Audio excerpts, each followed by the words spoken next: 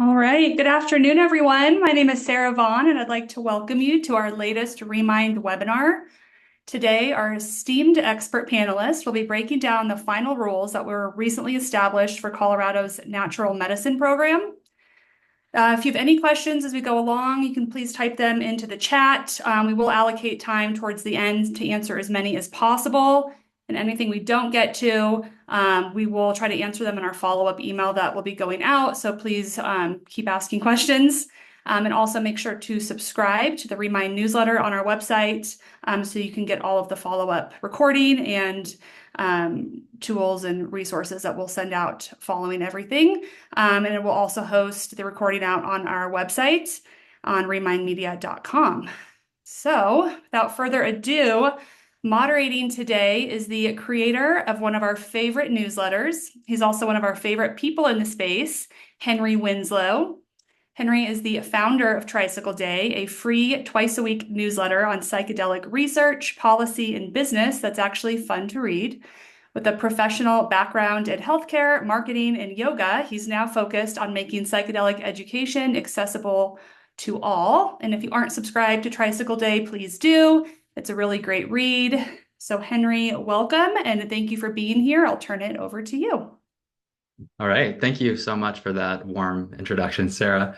And hello, everybody else. It's great to be here with you all today at this incredibly exciting time in our history. It's an exciting time not just for the psychedelic advocates and community who've been pushing for increased access for a long time, but let's not forget for the people who stand to benefit from psilocybin and other natural medicines, whether that's for mental health reasons, spiritual, personal development reasons, or simply for the sake of exercising cognitive liberty. I think we can all agree that more points of access is certainly an improvement over the status quo. We've got, I think, nearly 300 people live on this webinar right now, which is awesome just to see that level of interest. I'm sure you all have burning questions about the rollout of Colorado's Natural Medicine Health Act. So I'm going to do my best to get those questions answered for you all by our brilliant, esteemed panelists, Tasha and Josh. So let me introduce each of them quickly. Tasha Poinsett worked on the campaign to pass Proposition 122 and now serves as the Colorado director of the Healing Advocacy Fund, which is a nonprofit supporting the success of the state-regulated psilocybin therapy programs in both Oregon and Colorado. Tasha has been closely involved in the rollout of Colorado's natural medicine program, bringing in lessons learned from Oregon, organizing stakeholder input, and advocating for policies that allow flexibility while centering safety. So welcome, Tasha. And Josh Capel is a founding partner of Vicente LLP, a senior policy advisor to the Healing Advocacy Fund as well. Joshua co-authored Colorado's Prop 122, the Natural Medicine Health Act. He chaired the campaign committee, and he's been working with the Healing Advocacy Fund to implement this historic measure. At Vicente, Joshua represents a variety of participants in the growing state-based psychedelic care access model, including those looking to obtain a license in Colorado under the Natural Medicine Health Act. I imagine we have a number of those people here. So my plan for the next hour is I'm going to ask some questions that I think are probably on a lot of people's minds to begin with. And then at about the half-hour mark, we'll open up the floor to questions from the audience. So in the meantime, if you're listening, pay attention. Maybe your question may be answered in the upfront. As questions come up, just drop them in the chat and we'll be reviewing that feed for questions for the second half. So let's jump straight into it. I think the best place for us to start is to lay the foundation. So can you give us a high-level overview of how we got here and where we've ended up with the final rules for Colorado's natural medicine program? Let's go to Tasha first, and then Josh, you can fill in any gaps. All right. Thanks so much, Henry. And thank you for the introduction there. Really happy to have you with us. So if any of you have been on webinars with us before, I sometimes start to feel like I sound like a bit of a broken record because I am going to start pretty broad here with what voters passed in 2022, and then we'll narrow it down a little bit as we go through. but I just want to make sure that everybody's on the same page with kind of a basic understanding of Colorado's program. So Colorado in 2022 passed by voter ballot initiative a therapeutic access model for psilocybin mushrooms that requires supervised access. So what it is not is any kind of dispensary model. There will be no retail sales in Colorado's model. What it is a therapeutic supervised access model that requires somebody to participate in preparation, have support during the session with psilocybin, and then also receive integration support from a licensed facilitator. And a key part of this is that facilitator needs to be present with the person throughout the session. And there's a set of requirements for the facilitators that they must complete in order to apply to the state for a license. They have to complete training from a state-approved training program, which includes a number of practice hours and consultation, as well as a set of required coursework. Or there is an option for them to show proof of equivalent training and experience. And a few things about this access model: there's no diagnosis or prescription required for access. So anybody can access the mushrooms in this supported setting without showing that they have a mental health condition. However, it is really geared towards folks who are seeking support with a mental health condition, or in some cases, a physical health or a pain condition. Unlike Oregon, there's actually no specific exclusion criteria. So there's not a list of conditions that if you have these, you can't seek access. You just need to be 21 and up, reach out to a healing center or one of these trained facilitators. And you then do have to go through a screening process. And so the screening process is sort of there in place of this exclusion criteria that Oregon has. And if a condition or a medication is flagged in that process that might put you at higher risk from using psilocybin, that's when there's going to be a requirement that you do some sort of consultation or receive a referral or clearance from somebody who's a licensed mental health or medical provider. And so those are kind of the high level pieces. But when we start to think about what's unique about Colorado's program is we're allowing a lot more flexibility in Colorado in regards to where these supported sessions can take place. So in Oregon, all of the sessions are taking place at what's called a licensed service center, which is licensed by the state of Oregon. In Colorado, we have something similar, which is a licensed healing center. But in addition to that, the state law says that the sessions can take place at healthcare facilities, and they can also take place at participant homes. With a couple of additional requirements. So if it's at a participant home, there need to be either two facilitators present, a recording of the session. And really the goal there is to support access for people in hospice, people that face barriers to leaving the home because of physical disability and other factors, or perhaps they're located in rural parts of the state where there are no healing centers readily available.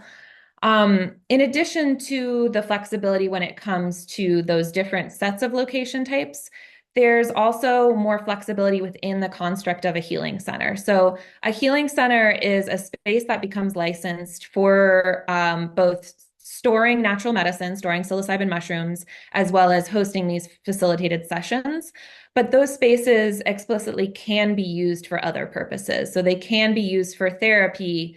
They can be used for, yoga, meditation, other modalities that might not involve natural medicine. And when they're not being used for a natural medicine administration session, they actually can, some of the restrictions don't apply. So for instance, if somebody's not directly participating in a natural medicine session, there can be people under the age of 21 present in those spaces. There's also, similar to Oregon, flexibility in terms of the sessions can take place indoor or outdoors. There's options for both individual or group facilitation sessions.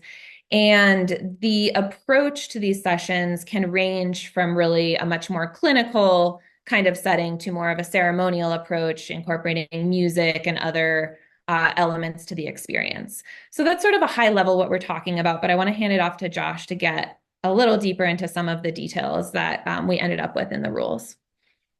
Yeah, thank you, Tasha, and thank you, Henry, and thank you, Remind, for having me. Tasha, that was a great high-level overview. A couple, big picture additions. It's right now the rules are pretty much finalized, from both like the Department of Revenue side that regulates businesses and the DORA side that regulates facilitators. The rules are adopted. Some of them are still going into effect in the next few days, and there's still some rulemaking around fees. But for the most part, for those who have been waiting to see what this program is going to look like, now you can actually read all these great rules that I find incredibly interesting, or just listen on. But the January 1st still is like when applications open, so that's still sort of our timeline, is this January 1st timeline.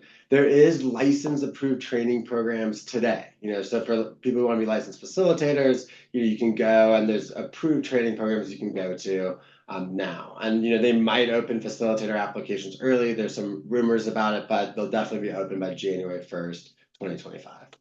Now, a little bit more, interesting specifics in the rules. These last set of rules also sort of touch on what sort of products can be made, and this was like a little of a contentious debate. But there's natural medicine products, that include capsules, tablets, tea bags, chocolates, and gummies, and tinctures. So that's sort of like the range of products. There are specifics around packaging limits, making sure these packages are in child-resistant packaging, especially if they're going to a private residence. There's limitations on the label and marketing to make sure, that no one's appealing to children. So there's, a lot of, nuanced detail in these rules. There's also, testing requirements in these rules that came out around testing for both psilocybin and psilocin. And notably, the state is talking about everything in terms of psilocin, which is a new one, really for this space. And there's an interesting calculation about, you take the amount of psilocybin, times it by 0.719, and then you add the amount of psilocin, you get this like total psilocin content. So that's sort of like a first in this space calculation. But there's rules around that. There's rules around testing. There's rules around how much psilocin can be in a product, be in a serving size. So there's a lot of, interesting detail. A couple other high level points, for those who don't know, on the business side, there's licensed healing centers, licensed products manufacturers, licensed cultivation facilities, and licensed testing labs. And the licensed testing labs can't have any cross ownership with the other 3 license types. They want to keep them independent. But the healing centers, the cultivation, the manufacturing can all be owned by the same individual. However, there is a limit on an individual not having a financial interest in more than 5 license types. And this is, to try and keep Colorado's program, a little bit smaller and more available, for startup entrepreneurs. Another interesting point, is in addition to licensing businesses, the state requires licensing of those who have access to natural medicine. So for those who are handling it, who are weighing it or storing it, so there's individual licenses as well. There's no residency requirement like we saw in Oregon on any of these license types. There are certain name-based background checks, some criminal prohibitions, and the like. A couple other notes on like the business side, since facilitators can go to individuals' houses or healthcare facilities, both manufacturers, cultivators, and healing centers can transfer product directly to facilitators.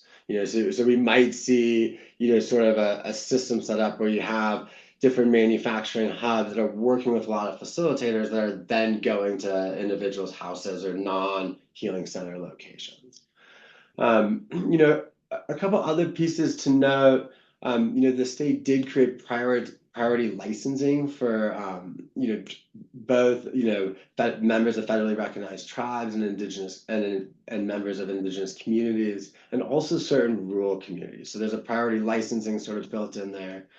And then another, sort of like high level piece on the business side is that every business needs to have an ESG plan, which is sort of like a new one in a lot of like regulated spaces, but that stands for environmental, social, and governance. And how it's laid out, the state's requiring each business to choose one of those, and make it publicly available and agree to this. And so it could be, we want to be environmentally sustainable, or we're going to create a benefit honoring or an indigenous reciprocity plan, for certain indigenous communities. And there's a whole list of different, potential topics, and they're not an exhaustive list, but that is sort of like a unique aspect of this space, which is really necessary as we try and like roll out a whole sector that is a little bit more conscious than the emerging industries that came before us. And there's a lot more of like the nuance of the rules, but I'll stop there. I don't know, Tasha, if there's anything else you wanted to add. I think we can work in some more details. I'll hand it back over to Henry. Yeah, thank you for that overview. I think it would be helpful to kind of compare where this started and where it's ended up. So, Josh, you've been involved in this process since the very beginning. What would you say are the most important changes that people should be aware of that you've tracked between earlier drafts of the policy and the final rules that we're dealing with today? Yeah, so great question. The state, really came out, well, let me take a step back. So the National Medicine Advisory Board makes recommendations, and then you have, the Department of Revenue and the Department of Regulatory Affairs that make rules based off of those recommendations. In some cases, they deviate from them. And what we saw, at the beginning was very heavy-handed rules. We saw sort of like a cut and paste, from the Colorado's cannabis industry to this new space, and with that, it just didn't make sense. We expect this sector to be a fraction of what the cannabis sector is, because there's no retail sales. These aren't high traffic businesses. There's a modality of care, and so working with Tasha and a lot of advocates who came out to all these meetings and really spoke up, about the need of reducing the regulatory burden to create a more functional, workable program. And that's actually what we saw. The trend of like the first draft of regulations to where we landed today have significantly less regulatory requirements. There's still a lot of regulations, don't get me wrong, but they walk them back as it relates to like modernizing security systems. For example, like before you had to have like an on-premise computer monitor, and now it's like, oh, you can just have a phone or tablet, and you can have it all digital, and so it's like they sort of modernize their rules and sort of like walk back, a lot of the extraneous reporting requirements and the like. We also saw a lot of movement around, as Tasha mentioned earlier, like multi-use premises. A big push for us was like, the standalone healing center can make sense, but sort of how we looked at it was, this is a modality of care people want to integrate into their existing wellness clinics, into their existing retreat centers. And so, the state really sort of heard us and heard other advocates and made it so, you can have, multiple activities happening at the same location. You can have shared bathrooms. You can co-locate with non-licensed businesses. You can, there's potential for like community-based healing at licensed healing centers. There's the ability for therapy and wellness, modalities of care to all happen at the same location. So that was like a huge piece. Another piece was around tiered licensing. We really advocated to try and walk back, and the community really advocated, a lot of the restrictions around, or a lot of the security requirements around cultivation and healing centers for those who are smaller operators. And so the state created a micro healing center license for those who have less than 750 milligrams of total psilocin. Do the math, you're probably looking at like 75 grams of mushrooms that you're storing up, at one time, give or take, on the potency. But they have less of a security burden, and so the idea was like, hey, let's create this micro healing center license and this micro cultivation license for smaller operators, for sole practitioners, for those who want to like overlay this into like their current therapy practice or the like. Tasha already mentioned the safety screen. There's also a lot of changes around this like ESG plan. They really listened to a lot of, they made a lot of changes to really bring in benefit honoring and other indigenous reciprocity options. And, there's also still some like facilitated reporting requirements. They're like still being developed, but, that was like sort of like a big change as well. And there's a lot more changes, but those are, some of the big highlights.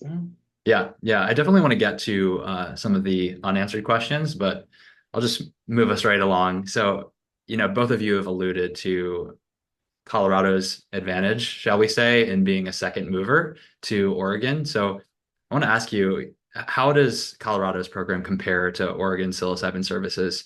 Tasha, I'll ask you this question because you already brought up some interesting examples around Oregon's service center model versus Colorado's multi-purpose healing centers and the flexibility around other locations. So are there any other examples you want to point to there or lessons that the regulators have learned and applied from Oregon?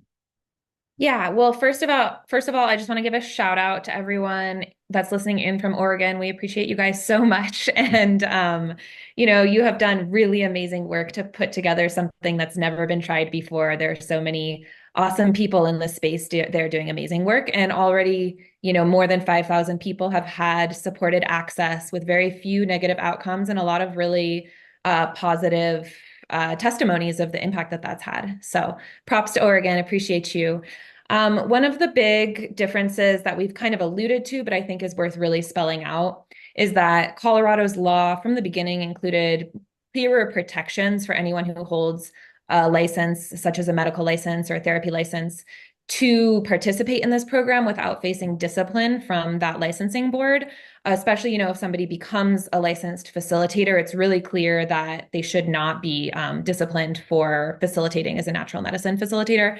And similarly for talking about this with patients of, maybe not being a facilitator, but doing that health screening and providing recommendations as to how people can safely approach this or if it's a good fit for them. All of that's really clearly protected in Colorado's law. And as a result of that, we have rules that really embrace the participation by those folks that do have clinical licenses. And so, I know there's a ton of interest out there amongst therapists, social workers, nurses, doctors, pharmacists. We talk to them all the time.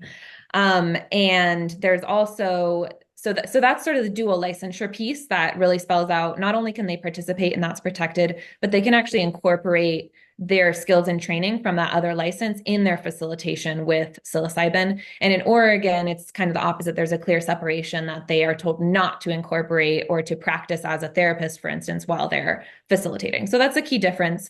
I will say caveat that Oregon is potentially looking at changing that. And so that might be one instance of the states sort of collaborating and learning from each other as this rolls out and we get a better sense of how the pieces fit together. And then a second piece of that is Colorado has these two different facilitator license types. There's a facilitator license and a clinical facilitator license. And if you're in the clinical category, what that means is that you hold a separate secondary license to practice either medicine or therapy. So that would be kind of all the folks that I just mentioned for the most part, and also advanced nurse practitioners and a few others.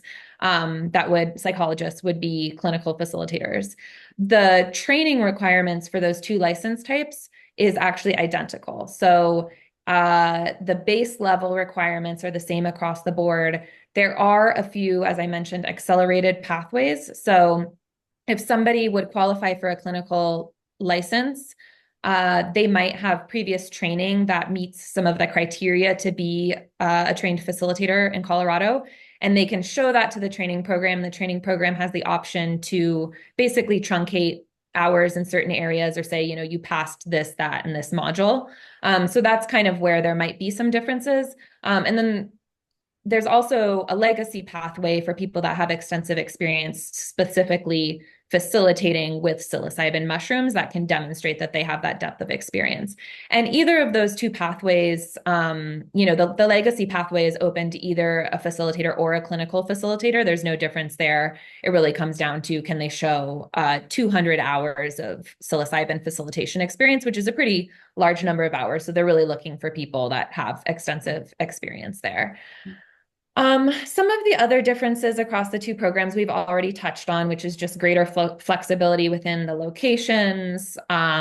There's a few more testing requirements for the actual product in Colorado relative to Oregon. So both require testing for potency. One of the issues that's come up in Oregon is that they haven't required labeling of psilocin on the products. They only require labeling of psilocybin, which has been an issue because sometimes you have a product that has maybe 4 milligrams of psilocin, which is actually going to have a more intense effect. And if that's not showing up in the label, somebody could be getting a higher dose than they realize. And so that's been kind of an ongoing conversation in Oregon. Colorado is already dealing with that through labeling everything as total psilocin. As Josh mentioned, kind of questions there and as to whether total psilocin or total psilocybin makes most sense. But I think making sure they're both showing up in the label is important. And then Colorado also requires monthly testing for contaminants of at least one harvest lot from each of the manufacturers and cultivators. And so that's different. That's testing for salmonella and E. coli, as well as required testing of all product for I'm going to make sure I get this right, for ACO-DMT, which is a synthetic, basically form of psilocybin that has been linked to some issues and products that are out there in the unregulated market. They really want to make sure that's not showing up in the regulated space. Did I miss anything major, Josh? No, I mean, the only thing I would mention, which is super basic, is just, our program, like Oregon's, is just psilocybin, but there is, in the future, the ability for like other natural medicines to be added in. But those are not part of our program today or part of like the rollout, except on the personal use side. But that's another conversation. Yeah, great clarification there. So, I think both of you have kind of alluded to some of the unresolved questions at this point.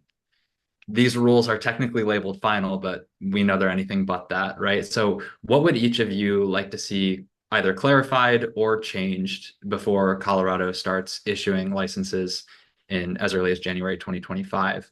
Or if not immediately, potentially in future revisions to the policy? Let's start with Tasha again. I clicked the wrong button. So yeah, I mean, Josh and I always have a running wish list of things we want to see changed, and a lot of them have been changed. So we're really appreciative of that. And that's thanks to a lot of the public comment as well as the advocates here in Colorado. Top of the list for me, so there's been a lot of discussion about the required session length in Colorado relative to the dosage. And in Colorado, there's no explicit cap on dosage, which that's another difference from Oregon. There is a requirement that facilitators work with participants to decide on the appropriate dosage, taking into account what they put in that screening form and their kind of intake and any sort of medical or other factors that would be relevant, sensitivity, all those things. And there's a requirement that the dosage align with generally accepted standards of practice. And so the idea is, nobody should be going up way beyond the threshold of, for instance, what we've seen in the clinical trials, I think, and what we know to generally be a safe starting dose for most people. But coming to what I would like to see changed, so there's been a lot of conversation around what is the required length of time for a session based on the dosage.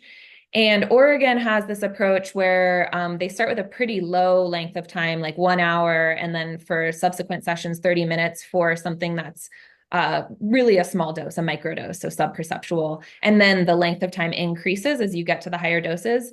In Colorado, they took a little bit more simplified of an approach where it's a requirement for minimum of 3 hours if you're taking less than 10 milligrams of total psilocin. And then it increases to 5 hours if you're taking over 10 milligrams of total psilocin. My take on that is I think that this kind of microdosing piece of or option that Oregon has is kind of interesting. And I know businesses are exploring offering, like meditation circles and other sorts of approaches where the microdosing piece is an option. And we just know that this is such a challenging kind of system to set up because of its intensive nature and because in many cases people have such positive results from these high dose sessions that they're not necessarily, well, hopefully, of course, not everyone's result is going to be positive. So I want to be not just piling on the hype here. It varies, obviously. But the model is really focused on, 1 to 3 higher dose sessions with supportive therapy, not necessarily somebody that's coming back month after month or year after year. And so that creates challenges in setting up a viable business model.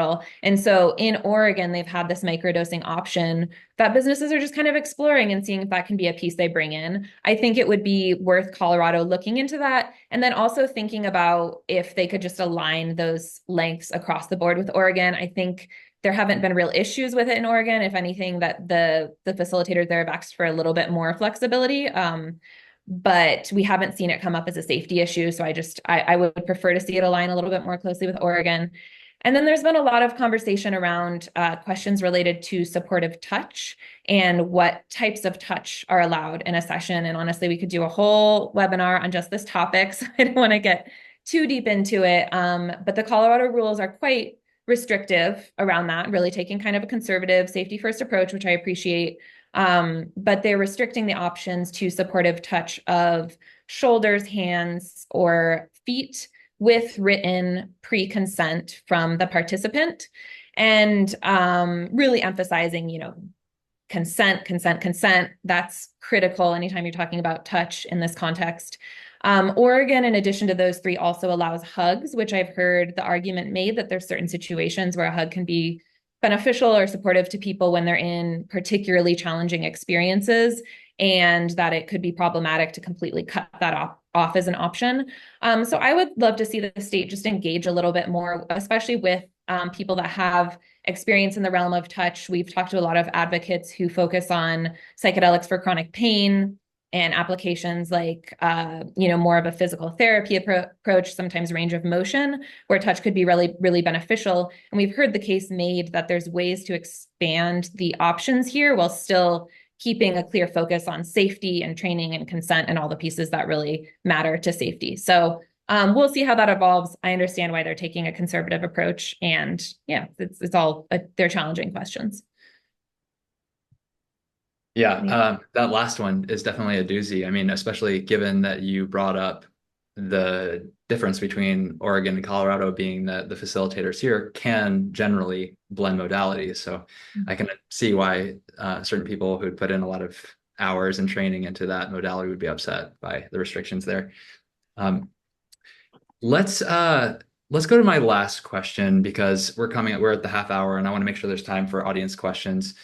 I'm sure that we've got plenty of folks listening in right now, probably the majority, who want to position themselves well for next year. So what steps can they be taking right now to get prepared for 2025? And let's start with Josh on this one. Great question, Henry. And we work with a lot of different teams that are looking to participate in this new sector. And what a lot of folks are doing, is really, it's like, now's the time, if you haven't already, is sort of like build your team, and figure out, what is your business model? How are you going to offer, natural medicine services? Are you focused on more of a clinical therapeutic approach? Is it more psychospiritual? Is it more consciousness exploration? Is it all of the above? Are you going to people's houses? Are you're having a healing center? What products are you going to make? So all like the business plan, team building pieces are things you can start doing now. Like, we know what the regulations look like. So that's one big step. The linchpin of getting a license is going to be having, or at least a business license from DOR, is going to be having an approved location. And each local government can make regulations around time, place, and manner on zoning restrictions. We've seen, some communities in Colorado take a very antagonistic approach and make very prohibitive regulations, and then some that are making very reasonable regulations, understanding that this isn't that big of an industry overall. And so, for those individuals that are looking to obtain a license, like figuring out like your location, working with the local government, or or at least like approaching them and trying to say, like, where is this going to land? A lot of, Boulder, for example, is having, probably will have like a public hearing, over the next couple of months over like their ordinance, and like, does your location like meet, what they're proposing? So that's like, this local government advocacy, and like really figuring out that piece is like a big step to start doing now. And a lot of local communities too are saying like, hey, we're actually not going to zone anything, and we're just going to like allow our normal zoning codes to apply to these businesses. And that's like also an opportunity to sort of like move forward and engage in that, special use review or zoning permit or building occupancy. There's a whole list of, local government development pieces. There's also, for those who are, on that business side, of raising money, now's a good time to like go out and raise money. It takes time to raise money, so that's like a good step to do now. Then there's also, and then for like facilitators, or for those who might not have, as much experience with psychedelic care, it's like, go get trained as a facilitator, go to Oregon and, have an experience at a service center out there, make sure, you're doing that like inner work, both like be in the right spots, like provide these services and to run, an ethical business, but also so you really know, what you're doing as well. So, then I guess like finally, there's, two other things is like one, there's still some like interesting issues around 280E and like how do you structure your business with 280, and now's a good time to like have that conversation with your tax professionals around you want to have separate entities or how you're going to try and minimize the implications of 280E. And then finally, for anyone who's like going to apply for a license, now's actually the time to get involved in the fee setting. DOR has a fee-based stakeholder meeting on the 16th of September, if I'm correct, and they're asking for feedback around anyone who wants to apply for a license, they have a survey for you, and the more people who complete the survey, they take those numbers into their calculation of like what the fees are. So if you want lower fees, then we need more potential business applicants to fill out the survey. So if you're out there in the audience and you're gonna apply for a license and you haven't filled out the survey on DOR and you come complaining to me 3 weeks from now that the fees are too high, I might say I told you so, but there's an opportunity now to get involved, fill out the survey. You can also testify, at the hearing on the 16th. And I don't know, Tasha, if you have anything else you'd add to that. I appreciate that, a little bit more assertive approach to that DOR survey. But yeah, I think it is really important for them to get a sense of who's out there.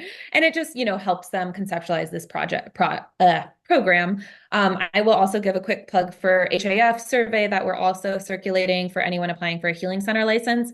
And that one's a little different. It'll go to our team and help us organize some of our local advocacy efforts. So understanding where people are wanting to locate healing centers and really making sure to track kind of like the local government process in those areas and see if we can get people out to testify at local hearings and things along those lines. So really appreciate you guys filling that out as well if you're thinking of applying for a healing center license. And that could include, if you're applying for a healing center license, a micro healing center license at your therapy office or other spaces like that. Or even if you're just thinking about it, we still would love to hear from you. Love it. Okay. Thank you for laying those steps out for the audience here. We have a lot of questions and about 25 minutes. So before we get into that, I just want to say the Remind team is on it. They are capturing these questions. So those questions that we do not get to on this call live, there's going to be a follow-up email to address some of the FAQs. So keep that in mind. And I'll try to hit on some of the hot button issues here. I'm scanning the questions, and one theme I see coming up is around the healing centers. So one question is, I've got a healthcare facility already that's in practice. Do I automatically apply? Do I need to apply for a special type of license, the same license? And part two of that question, how does this all apply to retreat centers where there are overnight guests potentially? Do you want it, Tasha? You go ahead. You go ahead. Yeah, I mean, so for healthcare facilities, and there's a defined term, healthcare facility, in the law. It is possible that facilitators can go to a healthcare facility and provide natural medicine services without the healthcare facility being licensed as a healing center. And this is some provisions under DORA's rules. They're still in flux, so you keep that in mind. Now, with that said, if you're wanting a healing center license because you find that it's easier to get insurance with a healing center license, you want to store natural medicine on site, there's a couple of different reasons why it makes sense to have a healing center license.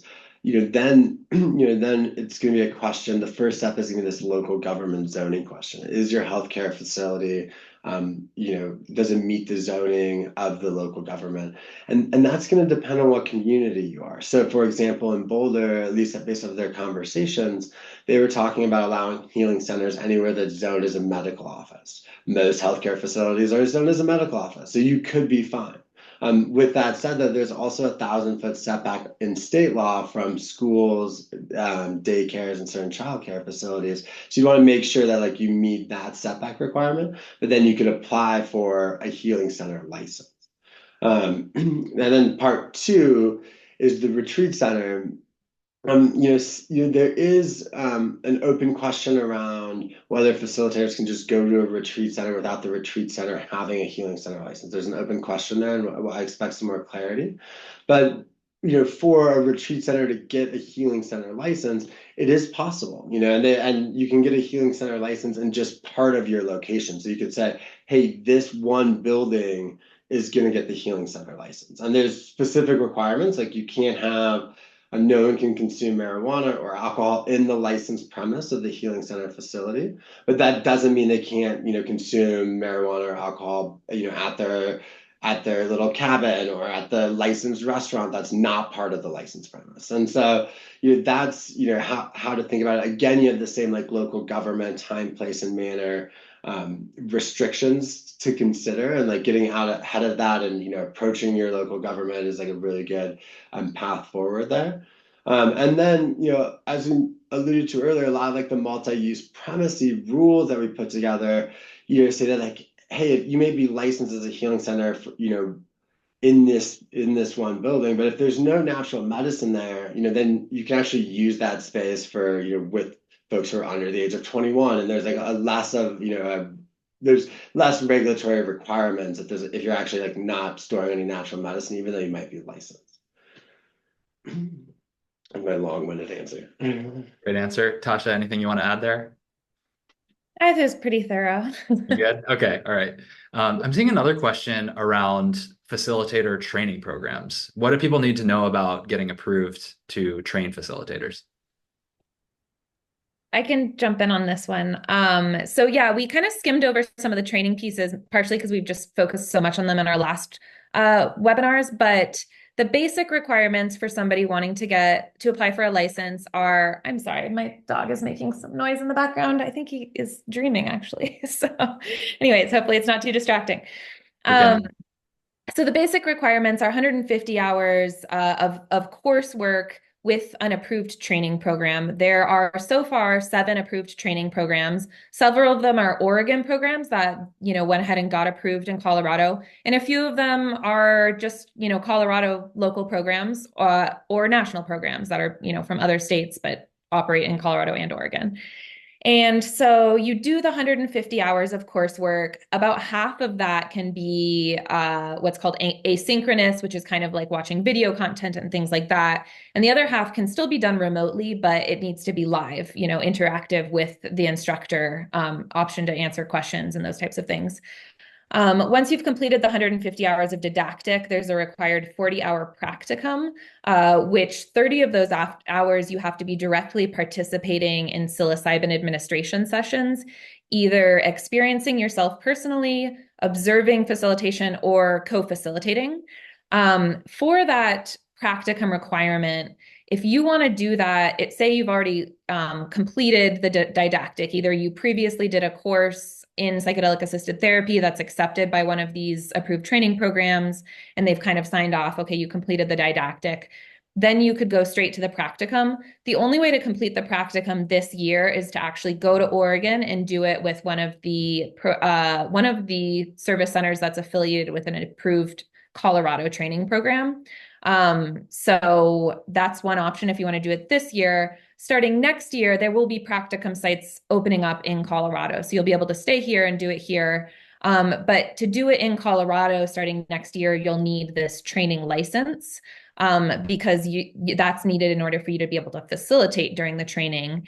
And so you'd apply for your training license, complete the practicum, and then after that, there's the last step is a required minimum of 6 months consultation period where you're actually starting to facilitate independently with psilocybin, but you have to complete 50 hours of consultation with somebody that's an experienced facilitator, essentially, that's giving you feedback and working through the issues that are coming up.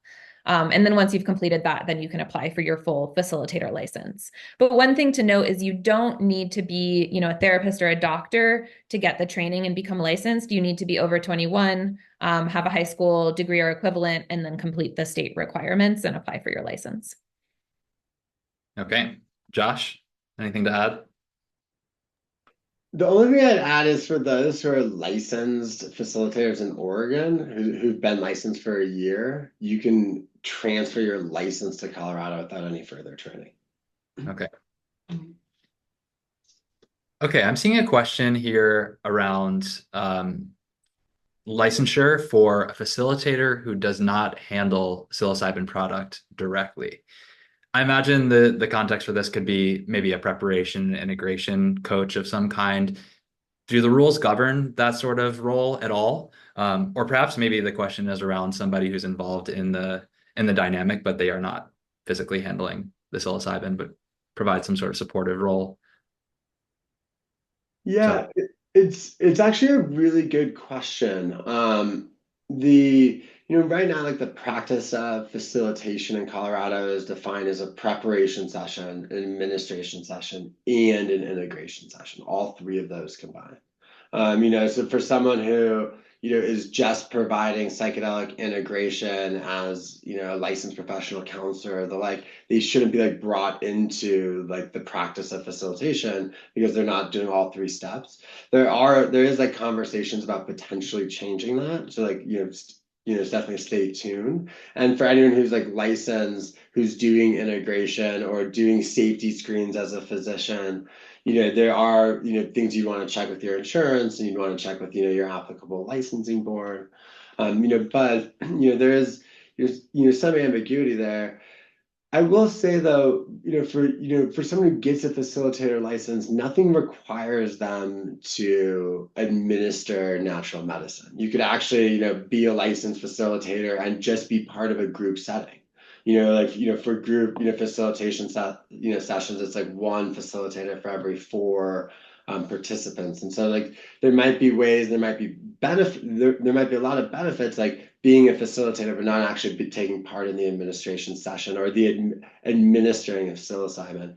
And then you see some, creative ideas around potentially 2AD where you have like one facilitator who might administer the psilocybin, another facilitator who might be there throughout the process. And that's like, it's pretty silent in the rules around like whether that's permitted, but there could be, benefits, for that as well. And then the final piece of this puzzle is for those who are DEA prescribers who might have a DEA registration.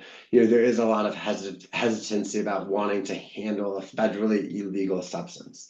These substances this whole program is, still against federal law. And so, for those who have federal licensure, there is a risk, that you might, put that in jeopardy by participating in this program.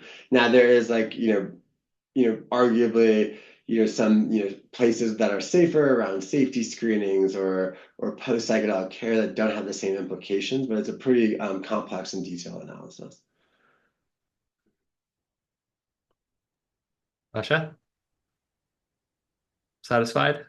Yeah, I guess the only thing I was going to add is kind of to the second part of the question is if you could have somebody else present who's not facilitating.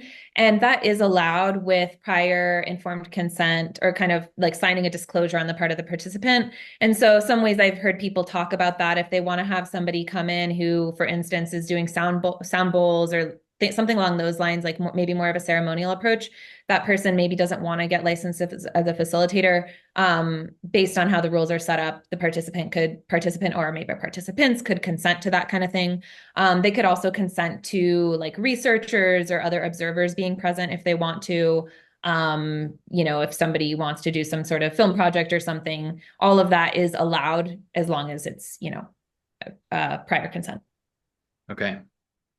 We are coming up sort of close to time here, so I'm going to try to do a twofer here.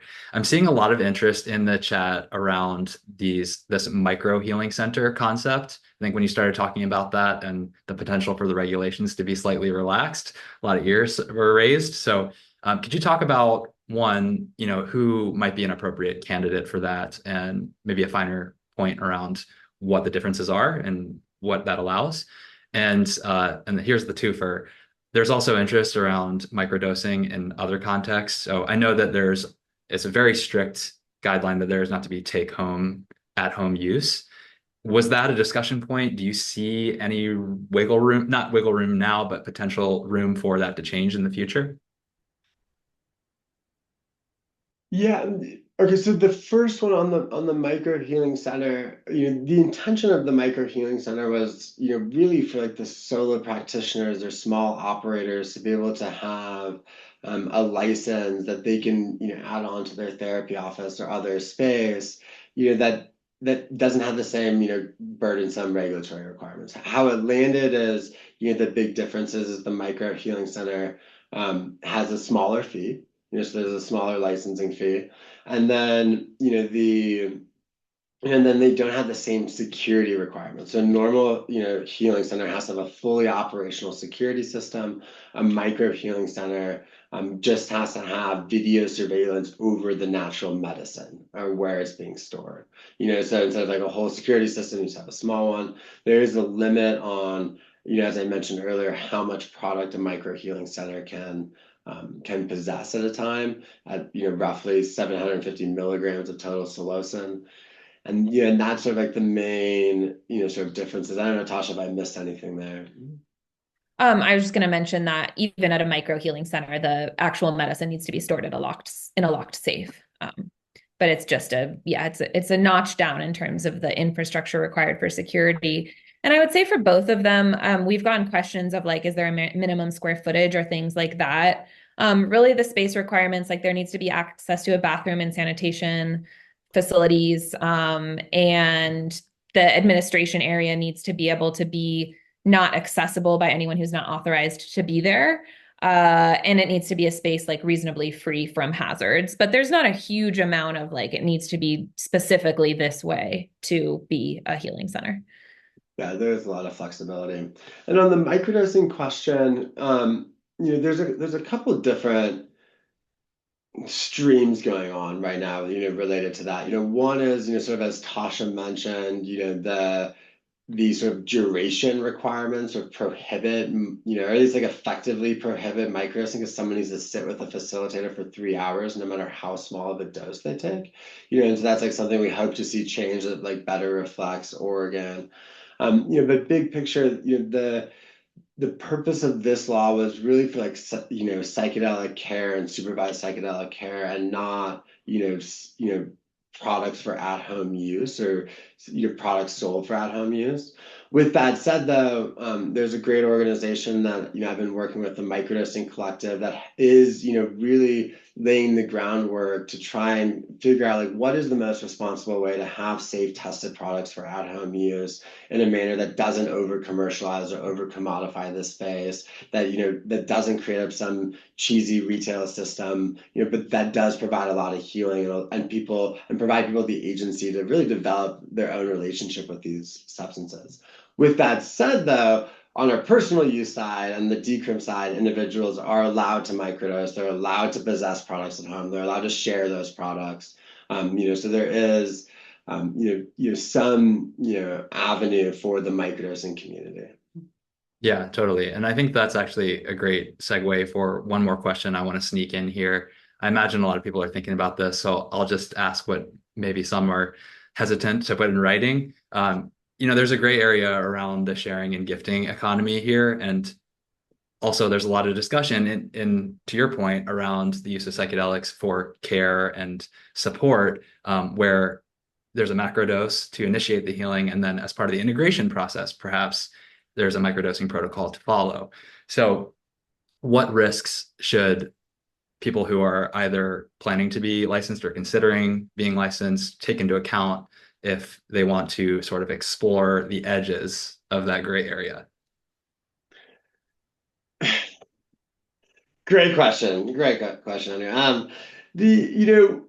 On the personal use side, individuals are allowed to possess, to cultivate, to manufacture, a bunch of different natural medicines, and they're allowed to share them.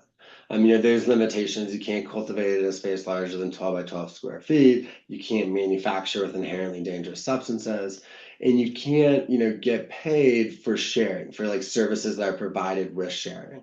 Except there's a very narrow carve out for bona fide support services and bona fide harm reduction services. And really the intent of that was we wanted to decriminalize community healing that was already existing in Colorado. For those who sit with ayahuasca or they sit in other community healing circles, generally there's some exchange of money. It's like no one's selling, you're not going up, and buying a cup of ayahuasca and drinking it. Like, no, it's like, but you're paying, you're providing money as sort of this energetic exchange for this like broader community healing. And that was the intent of this carve out, was for this like community healing model. And, and so then, there's people who are like pushing, what that looks like, and we saw, there's like a mushroom dispenser that popped up in Denver and, was shut down. The regulators went there and they issued a cease and desist and they said, no, you can't, one, you can't advertise. And two, your sort of like harm reduction services are linked to the amount of mushrooms someone's getting, and they pay a different amount. Like, it's not like this is clearly, someone just selling this product. And so the state has been, sending cease and desist letters out to folks who are in that space. Now, the risk is, though, is like, at least on the DOR side, there's a license prohibition, if you have like ignored warning letters. Oh no, we lost Uh-oh. Josh just when he was getting to the punchline. I know. It's getting to the juicy part. Oh man, and he's better to speak to that than me because he's the lawyer on the call. But shoot. Well, I think he really touched on a lot of the key points. I mean, fundamentally, when I think about this program, it really is geared towards people that are really struggling. They're struggling with their mental health. They've tried a bunch of other options. Those options aren't working. And we wanted to create something that feels safe, that people feel like they can try something that they might never otherwise consider.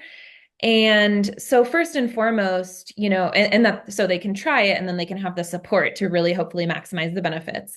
And so with that in mind, we really are trying to structure this as much as possible to protect the ability for people outside of kind of the psychedelic bubble to be able to start to explore this as an option that might work for them, knowing that some of those people, are really in a challenging place.